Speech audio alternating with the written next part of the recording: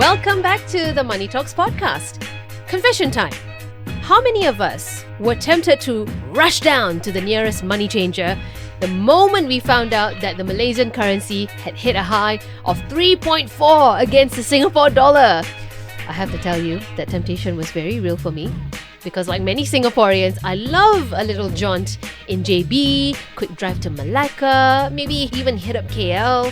What's not to love about the Malaysian food and all the shopping? Not forgetting the massages. I mean, when you convert that money, it is just that much sweeter when you get more bang for buck. Well, for your Singapore buck, at least.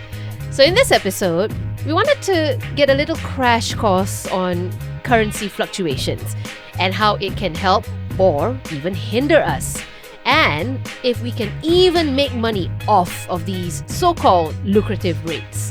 To unpack it all, I have with me Enya Rodrigues. She's a research analyst at ValueChampion. Hey, welcome to Money Talks, Enya. Hi, lovely to be here. Okay, so let's start with what happened. We saw all that's happened in the currency markets. That latest surge, 3.4. That's mind-blowing. This is up 4.15%. I did the math. Since the year began.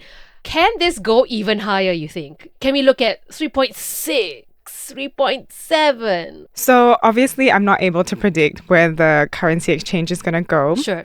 But from MAS standpoint, how we fix our currency exchanges is usually through a policy called SNER, the Singapore Dollar Nominal Effective Exchange Rate. Right. So unless MAS changes that, I'm not really able to say what's happening on the Malaysian side, where the exchange rates will change. Okay. But you never know, with inflation changing and Malaysia's domestic economy changing, there's always a chance that exchange rates will keep fluctuating and we will keep seeing that amazing Singapore to Malaysian ringgit exchange rate. Do you go to Malaysia often? I mean, now that we have this really advantageous currency exchange? Not as often as I would like, probably, When's the last time you went? Maybe beginning of the year. Okay. Went to JB for the day, do your hair, do your nails. I know. Classic.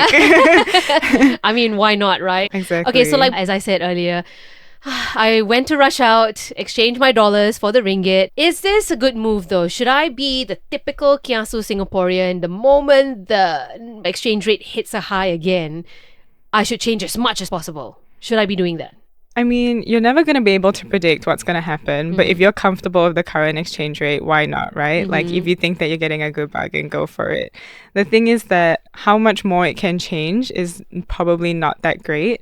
So if you are happy with what it is now, then just change your money now, Okay. I guess.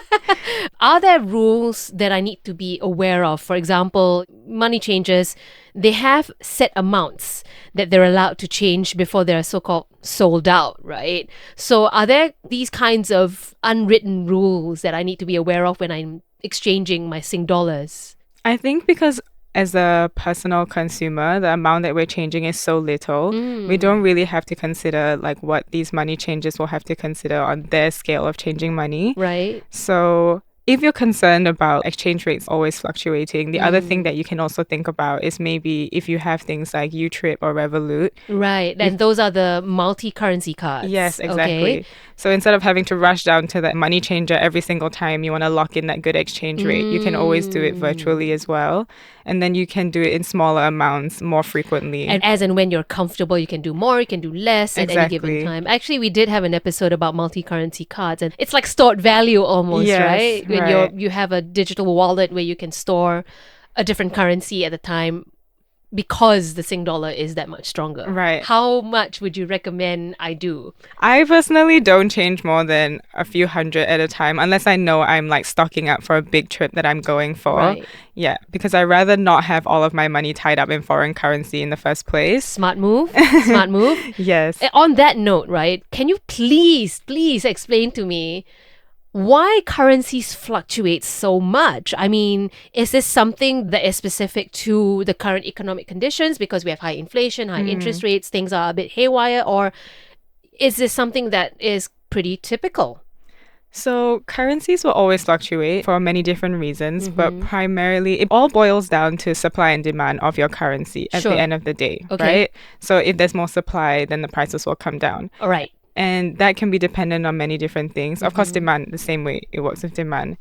So if you export goods or if you sell things like your domestic goods in the foreign market, people will have to buy it in your home currency. Okay. So that will increase the demand for your currency. And that can be all sorts of different things. For example, even if you want to invest in foreign assets, you have to do it in that foreign currency. So that will increase the demand for that currency as well. Right. Yes, mainly to do with demand and supply. Right. So of course, right now we're experiencing high levels of inflation. So then some countries are experiencing higher levels of inflation than others. And so some countries' currency will be affected by that more so than others. And that in turn will also cause foreign investors to think of your currency to be more of a safe haven. Right. I see. Yes. Okay. So, for example, in the region, our currency is fluctuating a little bit less than some of maybe the other Southeast Asian currencies.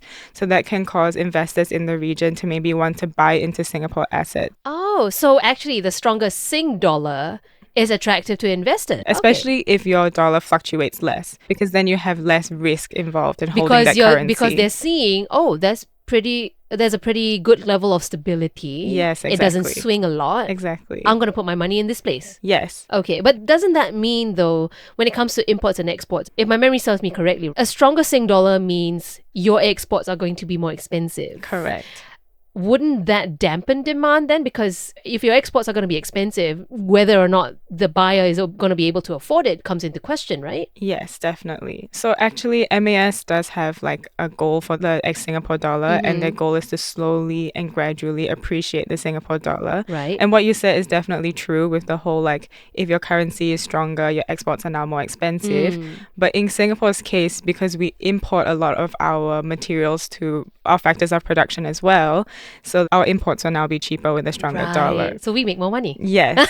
That's nice to know. Yes, and also because we are considered to have very high value exports. Also, the perception of expensive exports from Singapore already exists. Exactly. So our exports are not as sensitive to high exchange rates compared to maybe some other countries. That's fascinating. Okay, so obviously, we all know what the MES has done in order to curb inflation. It's an unconventional method, the SNEER, right? Well, we know the impact on the economy, as you've just explained.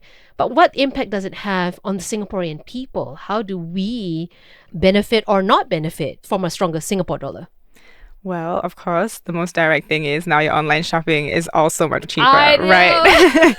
Yes. So if anything that we're consuming that is denominated in foreign currencies will now be considered as cheaper to us. So that can be your vacations, that can be your online shopping. And also the main reason why the MAS has been trying to appreciate the Singapore dollar is purely because our inflation tends to be imported since we import everything. Yeah. So that also means that for us, the idea is that now at home we will also experience a little bit dampened effects of inflation. But then the idea is also that without this appreciation of exchange rates, we might be paying even more domestically because then now our imported goods will be even more expensive. So it is pretty important to keep that Sing dollar afloat. Yes. For a considerable length of time. Yeah, at least for us as consumers, definitely is to our benefit. Okay.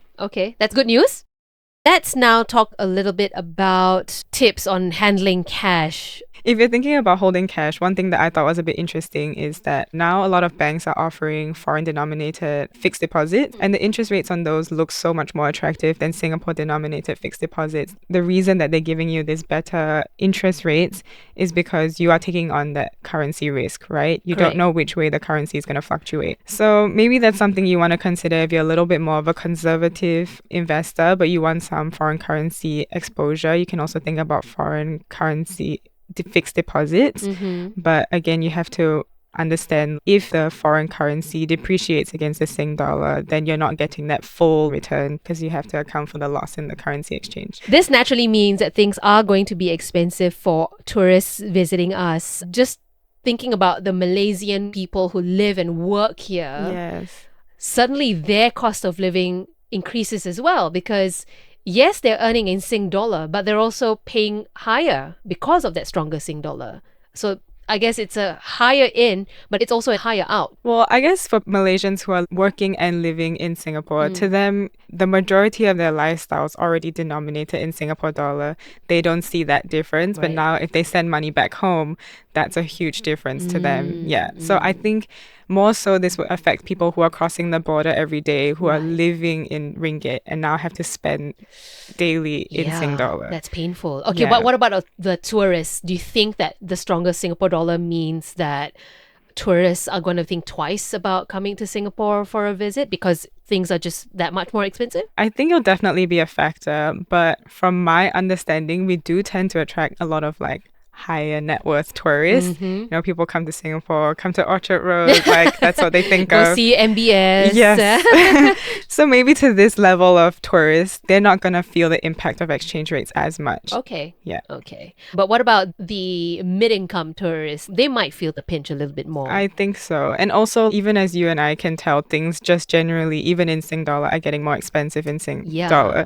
So then to have that be compounded with the Singapore dollar being even more expensive relative to their home currency, they can definitely feel the pinch. Okay, so the stronger Sing dollar, I see it as benefiting us when we're spending in Southeast Asia, for example. Right. Even Australia, you could consider it. I mean, the Yes. last I checked, it was 1 to 1.1.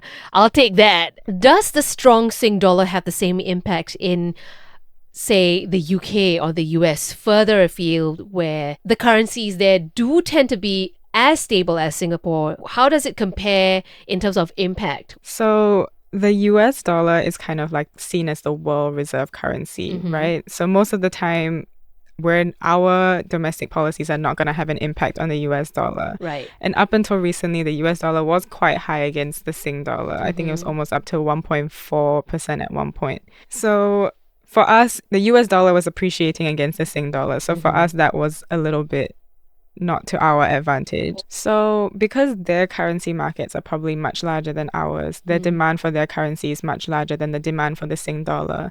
So I think we will have a little bit less impact in that regard. I don't think going to the US is that much cheaper now than it was I don't think it will ever be Yeah. cheaper, unfortunately. That's just the nature of the US dollar. The Yeah. greenback has always been known to be that powerful, that Exactly. influential on the rest of us. It's the king of the basket, right? Yeah. The other aspect about the Sing dollar strength that I wanted to throw across to you is when it comes to investments, right? At Money Talks, we always want to find out, how is this going to affect my portfolio? Right. How is this going to affect the funds I'm investing in? So when it comes to investing, it may not be that good of a thing if you're investing in foreign denominated assets, like stocks, for example. Let's say you're investing in Australian stocks and you bought it a year ago. Right. Now that the Singapore dollar has appreciated against the Australian dollar, that will actually eat into your returns on your Australian stocks. Okay. Because, for example, if your stock has gone up 10%, but the Singapore dollar has gone up 2% against the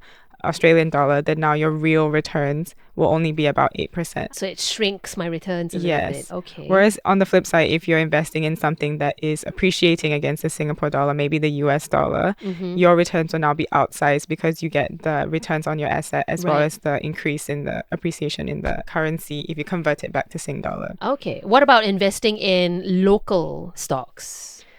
People think that when you invest in local companies that you are not exposed to exchange rate currency risk at all. Yes, But yes. actually, you have to watch out for what you're investing in. Okay. Because a lot of companies, they also operate in foreign markets, right? Right. So they have foreign derived income. Right. So if there's an exchange rate fluctuation there, their foreign derived income may also fluctuate. Wow. Okay. See, I completely missed. Yeah, so you have to be a little bit wary. People think about this a lot when they're thinking of US companies. For example, the example people like to give is Nike, because Nike Yes. is a US company. So you think of them as, oh, as long as the US economy is doing well, Nike will be doing well. Exactly. But actually, Nike only derives 46% of their income from the US market, and because they sell globally. So the rest of it is Right. international. So then if, for example, the euro has a fluctuation against the US dollar, and maybe the euro goes down, then their foreign derived income can also decrease. But then Right. they report on their balance sheet in US dollar. So then their gross profit margin, I know it sounds a bit technical, but like that will be lesser because of the income, Yeah. the currency exchange. Yeah, no, I get that. And I think you've explained it really, really well there, because I'm pretty sure every other investor out there, particularly retail investors, will be thinking along those lines that you just mentioned, like, oh, if it's a US based, I'm pretty sure it's going to do well because by virtue of the fact that the US dollar is already stronger than the Sing dollar, I'm safe. But you have to look at the company's financials. Yes. You actually have to look at and assess the company's financials, think about how much of their income actually comes from the US market. Correct. Right. So if you're thinking of it in a Singapore context, I think about this the most is usually to do with REITs. So REITs are like a way to invest in real estate, right? Correct. And a lot of Singapore REITs have foreign properties where they're getting foreign rental income. Correct. Yeah, so you have to see like how much of their income is actually from foreign economies and whether that will affect their own profit So margins. if I'm investing in an S-REIT that is in the US, or the bulk of my revenue is going to come from the US market, that generally means I'm all right. Yes, because the US dollar is strong. So when you Right. convert it back to the Singdollar, it's still good. Okay. Whereas if they're investing in European assets, for example, then that might not be so good for us because right Okay. now the euro is a little bit weaker. Wow, that was an eye-opener because it really does make you think about your portfolio and really reconsidering what the strategy should be. That being Yes. said, though, does this mean that I should be re-looking my portfolio now and changing my strategy and ducking out? Or what should I be doing then, considering this is where we're at with the Sing dollar? Well, I think personally there's no reason to be impulsive because if we are worried about exchange rates, then all the more these companies will be worried about exchange rates. So actually what a lot of these companies do is they hedge the exchange currency risk on their end. Okay. So there's a lot of like financial derivatives that they can do. So they kind of have more of a stable idea of what the currency exchange will be. So you can kind of defer this responsibility to some extent to the company itself. Sure. And let them hedge the currency risk for you. So what's important for you to do as an individual investor is just to understand like what is the nature of the business and whether you're comfortable with that. So unless there's some like big macro economy thing that is happening, for example, like the Russia-Ukraine thing, maybe you don't want to hold your assets in like Russian denominated assets, right? Sure. That's a Although I'd be fascinated to find out who has them. that might be a little bit different. But if you're talking about smaller fluctuations in exchange rates, then yeah, I don't think there's any need to be impulsive. That's fantastic advice.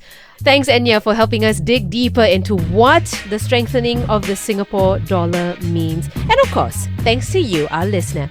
If you've enjoyed this episode of Money Talks, there's more content for you to enjoy. Simply follow us on Apple Podcasts or Spotify. Leave a review. Give us 5 stars. Why don't you?